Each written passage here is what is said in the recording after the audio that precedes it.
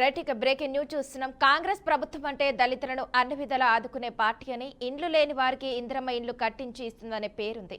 భూమి లేని వారికి డబుల్ బెడ్రూమ్ ఇళ్లను అందిస్తుంది. కానీ కొంతమంది కాంగ్రెస్ పార్టీకి దళితులు దూరం కావడానికి అధికారంలో ఉన్న కొంతమంది అధికారులు కారణమని పలువురు ఆవేదన వ్యక్తం చేస్తున్నారు. హన్మకొండ జిల్లా పరిధిలోని రామన్నపేట ప్రాంతంలో ఈసంపల్లి సునీత, జోనయ్య కుటుంబానికి చెందిన భూమిలో డ్రైనేజీ నిర్మాణం వివాదానికి దారితీసింది.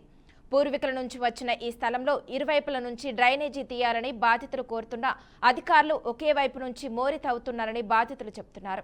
వర్షాకాలంలో పేదల ఇల్లు నీట మునిగిపోకుండా ఉండేందుకు తమ తండ్రే చిన్న కాలువ తవ్వించారని, ఇప్పుడు అదే స్థలాన్ని పూర్తిస్థాయి డ్రైనేజ్గా మార్చడంతో తమ భూమి నష్టపోతుందని సునీత కుటుంబం ఆరోపిస్తుంది.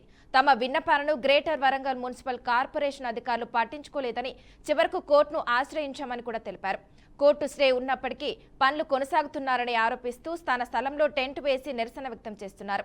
మా పూర్వీకుల భూమిలో అన్యాయంగా డ్రైనేజీ పనులు చేస్తున్నారని, కోర్టు స్టే ఉన్నా పట్టించుకోవడం లేదని, మా భూమిని ప్రభుత్వమే కాపాడాలని బాధితులు వేడుకుంటున్నారు. మామగారు సంపాదించింది ఎకరం 4 గుంటల భూమిలో అంతా పోగా ఈ 4 గుంటల చిల్లర 500 గజాల జాగా ఇది. అప్పుడు మా మామయ్య ఉన్నప్పుడు చిన్నగా పాకేసిండు. ఇక్కడ పాకేసిన తర్వాత కాంపౌండ్ దిద్దిండు మన పునాది రాళ్లతోటి.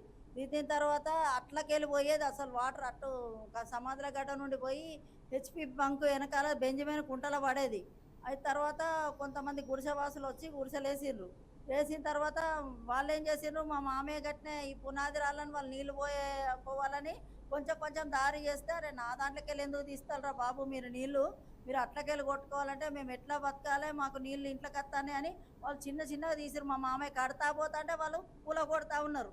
అన్ని పునాది రాళ్ళని అద్దురాళ్ళని గుడిసెవాసులు వేసుకున్నారు.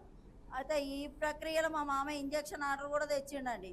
తెచ్చి ఆపే ప్రక్రియ చేసి మళ్ళా కాంపౌండ్ తీద్దిండు. మళ్ళీ కాంపౌండ్ తీస్తే ఆ ఆనవాళ్ళు మొత్తం తీసేసిండు.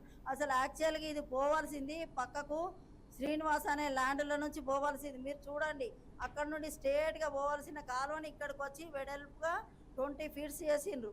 మా ఆయన మున్సిపాలిటీలో ఉండి కూడా నేను అభివృద్ధికి ఏం విరోధిని కాదని ఆయన 8 ఫీట్లను ఇస్తానంటే ఆ 8 ఫీట్లకు బదులు 20 ఫీట్లు కొట్టిండ్రు. ఆ 20 ఫీట్లు కొట్టినప్పుడు సరి సమానమైన కొట్టాలి, అటు సగం మా ఇటు సగం కొడితే మాకు న్యాయం జరిగేది. కానీ మా ఇల్లు ఇప్పుడు మేము కట్టుకోలేని పరిస్థితిలో మేము ఉన్నాము.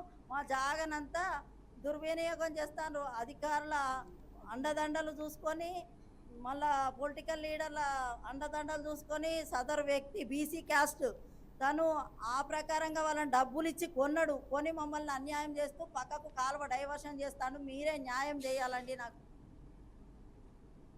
ఇరాన్